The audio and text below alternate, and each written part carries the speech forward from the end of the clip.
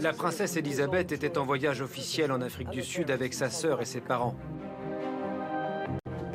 Le jour de ses 21 ans, elle est devenue princesse héritière et a fait ce fameux discours. I declare before you all that my whole life, whether it be long or short, shall be devoted to your service and to the service of our great imperial family to which we all belong. Elle est régnée aussi longtemps, plus de 70 ans. C'est une jeune femme qui a 25 ans, qui a envie de tout changer. La télévision a été faite par le couronnement.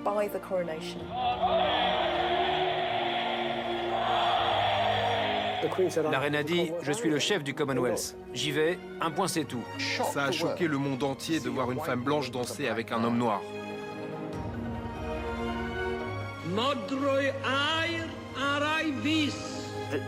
C'était une cérémonie complètement bidon, sans aucun fondement historique. Une tradition inventée de toutes pièces.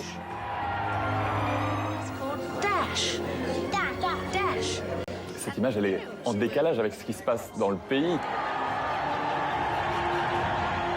Diana était l'antithèse de la reine.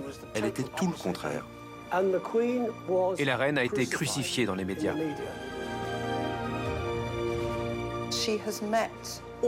Elle a rencontré toutes les personnes qui ont compté depuis 75 ans. La plupart d'entre nous n'ont jamais connu la Grande-Bretagne sans la reine Elisabeth II. La reine a traversé la période de changement la plus extraordinaire de l'histoire. Il y a une traversée du siècle que personne ne peut prétendre avoir.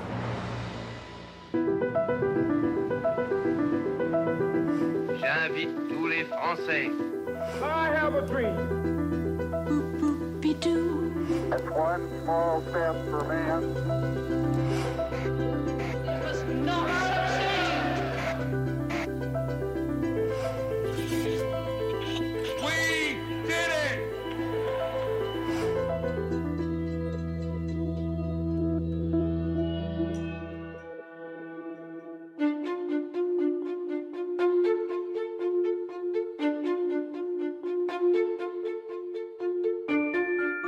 À 14 ans, Elisabeth, bien sûr, c'est la princesse héritière et elle s'apprête à prononcer son premier discours à la radio. Alors c'est un moment important pour elle, mais c'est aussi un moment important pour la couronne.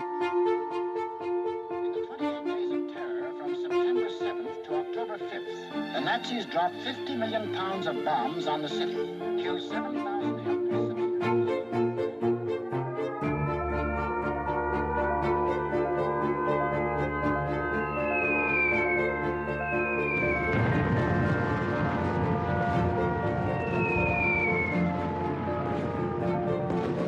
De septembre 40 à mai 1941, le Royaume-Uni est bombardé et Londres va payer un lourd tribut. Alors la cathédrale Saint-Paul est touchée, le palais de Buckingham est touché. Les Londoniens doivent aller dans le métro pour se réfugier à chaque alerte aérienne. Beaucoup d'enfants sont évacués des grandes villes, en particulier de Londres, vers la campagne, par sécurité.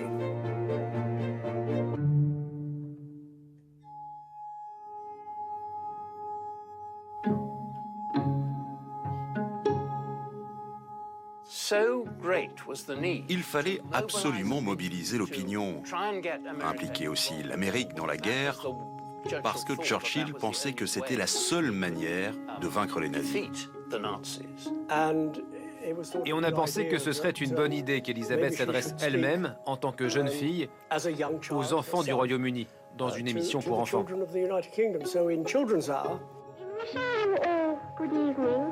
Ce mode de communication de la BBC est très récent, c'est son père qui s'en est emparé. C'est le mode de communication qui, dans un moment extrêmement dur, dans une guerre au fond dont on ne connaît pas l'issue, va tenir la nation ensemble. Son discours n'est pas un discours d'enfant, c'est un discours de futur monarque.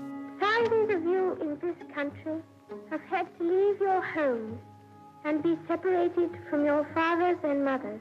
My sister, Margaret Rose, and I feel so much for you, as we know from experience what it means to be away from those we love most of all. Voilà cette petite fille qui s'adresse à l'ensemble de ce qui s'appelle alors l'Empire, à tous les enfants évacués en Angleterre et à l'étranger. On entend cette petite voix un peu fragile. On imagine le poids de responsabilité sur les épaules de ces petites princesses. Elle n'a que 14 ans, mais déjà, elles prennent en main la responsabilité qui est la sienne. La princesse Elisabeth a toujours été très consciente qu'elle aurait un rôle à jouer dans l'histoire. My sister is by my side, and we are both going to say good night to you. Come on, Margaret. Good night, children. Good night, and good luck to you all. Elle a été absolument formée par l'expérience de cette guerre. Les jeunes princesses faisaient partie de ce que George VI appelait la firme royale. C'est une sorte de petite entreprise. C'était une monarchie familiale.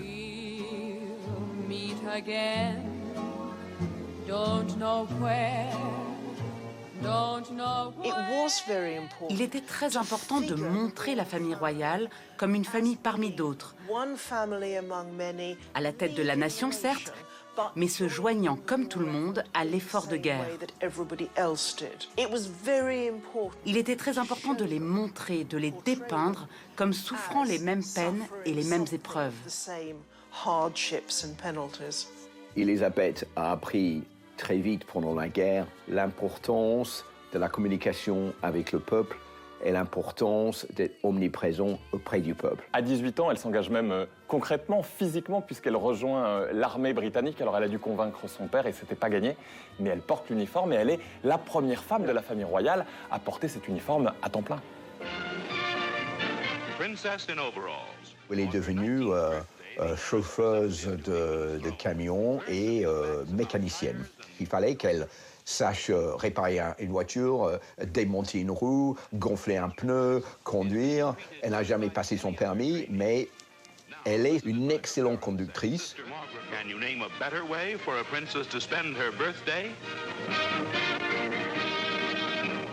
La famille royale est déjà à l'époque la championne de la mise en scène, mais il y a une scène qui va échapper aux caméras et aux photographes.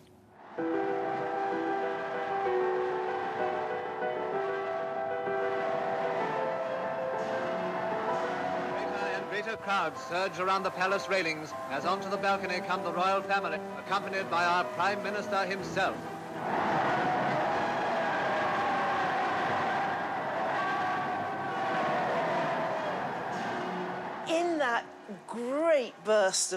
Dans cette incroyable explosion festive à l'annonce de la fin de la guerre, la princesse Elisabeth et sa sœur ont fait d'une part ce geste très royal d'apparaître au balcon avec leurs parents, avec Winston Churchill, mais elles rêvaient aussi de rejoindre la foule à l'extérieur. Et malgré sa réticence, le roi a accepté. Ils ont eu l'autorisation, ce qui était inouï, de sortir faire la fête avec le peuple. Et donc, Elisabeth et Margaret sont descendues et elles ont été terrorisées, mais avec une peur blanche qu'on allait les reconnaître. Elisabeth s'échappe quelques heures du palais de Buckingham pour se mêler à la foule, anonymement bien sûr, pour célébrer la victoire des Alliés. Il faut imaginer ce moment de liberté incroyable que ça a dû être pour cette jeune femme de pouvoir juste faire la fête avec ceux qui seront, dans quelques années, ses sujets.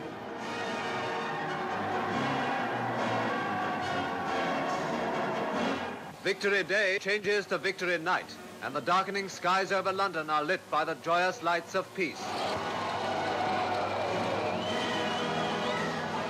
Je pense que c'était pour elle un grand moment de sa vie et un des rares moments, il faut le dire, un des rares moments dans la vie d'Elisabeth où elle était libre de faire ce qu'elle voulait. Il y aura d'autres lueurs de vie presque normales, comme pendant ce voyage en Afrique du Sud, juste après la guerre. On la voit sur le pont du navire avec sa sœur Margaret, jouant au ballon, jouant à chat avec les officiers de marine. Cela n'a pas duré longtemps. C'était une rare lueur de normalité. Elle était loin de penser accéder au trône aussi rapidement après.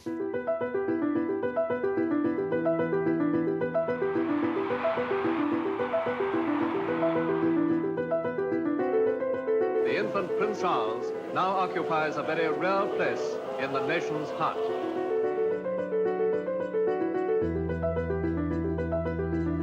The tragic news reached Princess Elizabeth and her husband while in Kenya. Ils sont dans un village qui s'appelle Treetops, dans une cabane. Et c'est là où le message arrive, ce 6 février 1952. C'est le prince Philippe qui reçoit le message, qui réveille sa femme, qui lui annonce que le roi est décédé.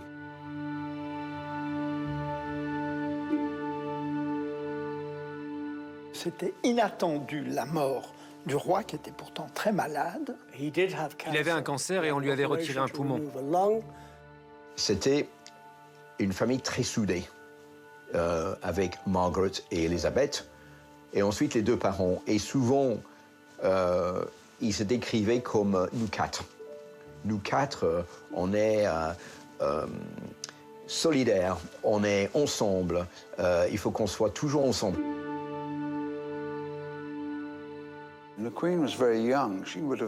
Elle était très jeune. Elle s'attendait à devenir reine 15 ou 20 ans plus tard, dans un schéma de vie normal. Elle a quitté le Royaume-Uni en janvier 1952 comme princesse et y est revenue le 16 février comme reine. Winston Churchill était à la descente de l'avion pour l'accueillir à son retour du Kenya. Il avait plus de 70 ans. Churchill était alors à la fin d'une longue vie politique. Il avait vécu tant de choses. Il avait traversé 2 guerres mondiales. Il a dû se dire, cette jeune fille, elle n'est vraiment pas prête à devenir reine. La reine n'était pas du tout éduquée, elle avait juste appris les grâces féminines. Ce qu'elle avait fait de mieux jusqu'alors, c'était d'apprendre à parler français. Je pense que lorsque la reine a dû entrer dans son rôle, Churchill lui a servi en quelque sorte de mentor. C'est une jeune femme qui a 25 ans, qui a envie de tout changer. Elle apporte petit à petit quelques grains de modernité dans cette grande famille royale qui est restée presque inchangée depuis plus de 1000 ans.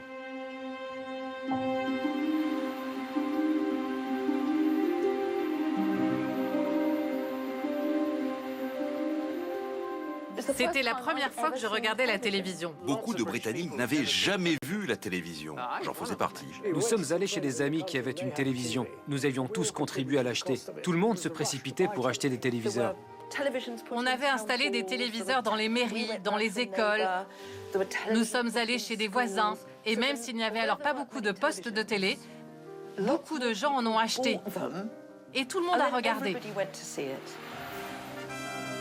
Évidemment, le téléviseur fonctionnait très mal. C'était une sorte de brouillard neigeux. C'était vraiment un tout petit écran. Il fallait garder les rideaux fermés, sinon on ne voyait pas l'image.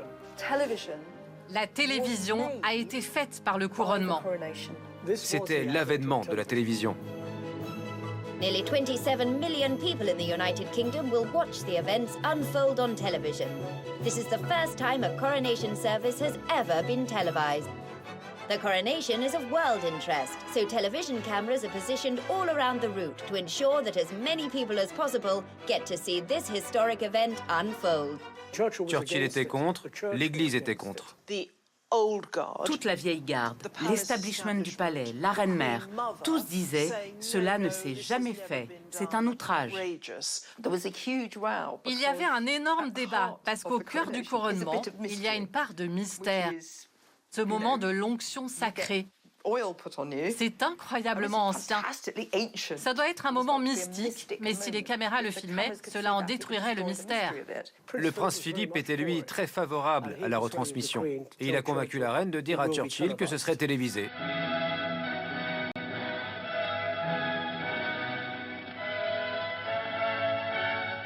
Leaving her home on what must surely be the greatest day of her life, Queen Elizabeth drives to her coronation. J'avais 5 ans et je m'en souviens si bien.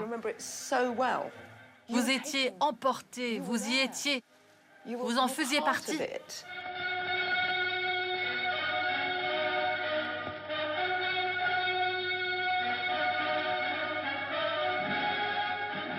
Le moment le plus important du couronnement, c'est bien sûr quand l'archevêque de Canterbury pose sur sa tête la couronne. Reine à 25 ans, couronnée à 27 ans, mais quelle pression pour une jeune femme.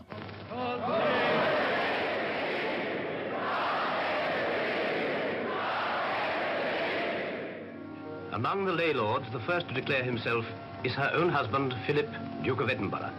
Rising, he kisses the Queen's cheek and touches the Queen's crown in token of his readiness to help her bear its burden. Il était légèrement plus âgé que sa femme, plus expérimenté. C'était une personnalité puissante et dominante. Mais soudain, elle était reine et il ne s'agissait plus que d'elle. C'est quelqu'un qui avait un avenir vraiment très très prometteur dans la marine. C'était un meneur d'hommes. Il doit au fond accepter des choses qui, pour son honneur, pour sa fierté d'homme, à cette époque-là, sont quand même extrêmement compliquées.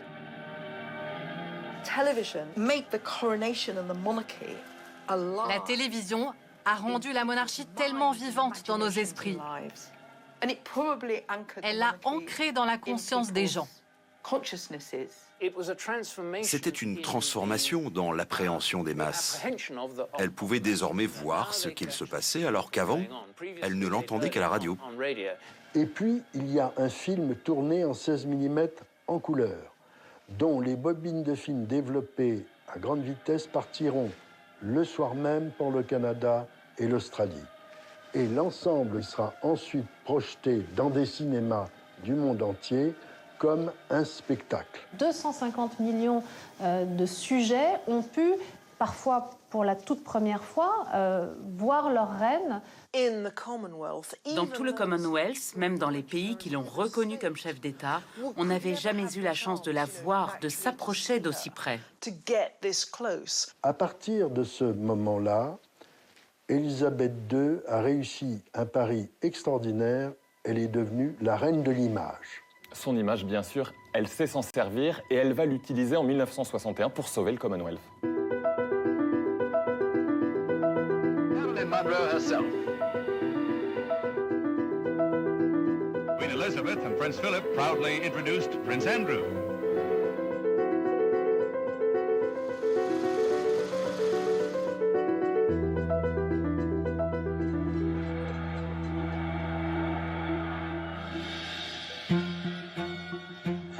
The big question in Accra, capital of Ghana, was, would the Queen's visit be cancelled? As there's been a spot of bother lately, the British government had to be satisfied that it would be safe for Her Majesty to go.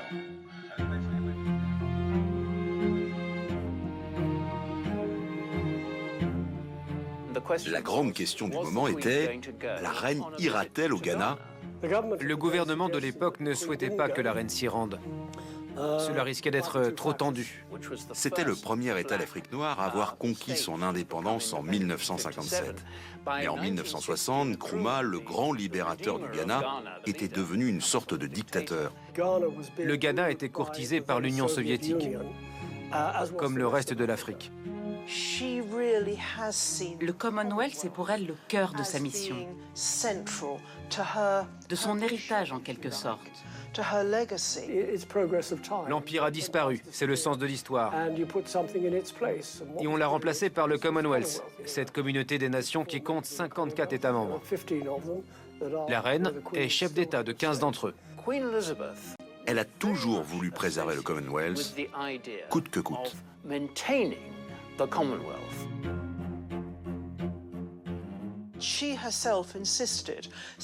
Elle a insisté, disant à quoi cela ressemblerait que d'autres leaders mondiaux s'y rendent, de Russie ou de Chine, et que moi j'ai trop peur d'y aller. La reine a dit « Je suis le chef du Commonwealth. J'y vais, un point c'est tout. » Enfin, un point c'est tout, c'est moi qui le dis. Mais elle y est allée.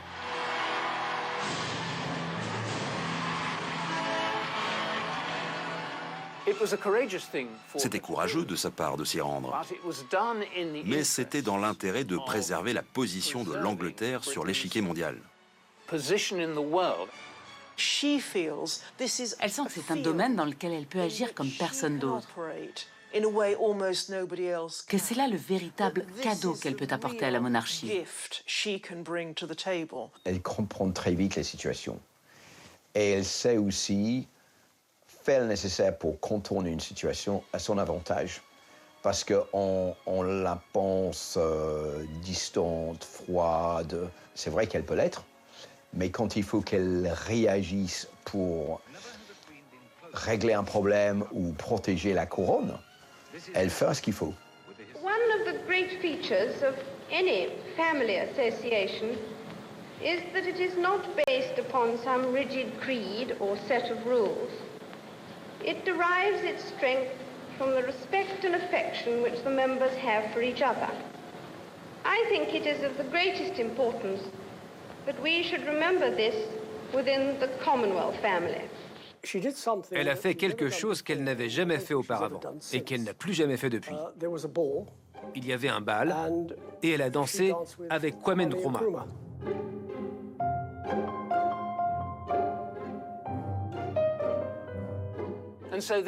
La voir danser ainsi avec Nkrumah, c'est un symbole fort de l'unité du Commonwealth. À l'époque, nous sommes en 1961, l'Angleterre n'est pas une société multiculturelle. Elle montre déjà que les questions de race, elle est au-dessus de ça. L'image a fait le tour du monde, et partout ça a choqué de voir une femme blanche danser avec un homme noir. À cette époque, 30 des 50 États américains interdisaient le mariage entre noirs et blancs. Aux États-Unis, vous aviez alors Martin Luther King, et en Angleterre, Élisabeth II, qui disait Black Lives Matter. Et soudain, le Ghana a cessé de flirter avec l'Union soviétique. Le Ghana voulait absolument rester dans le Commonwealth.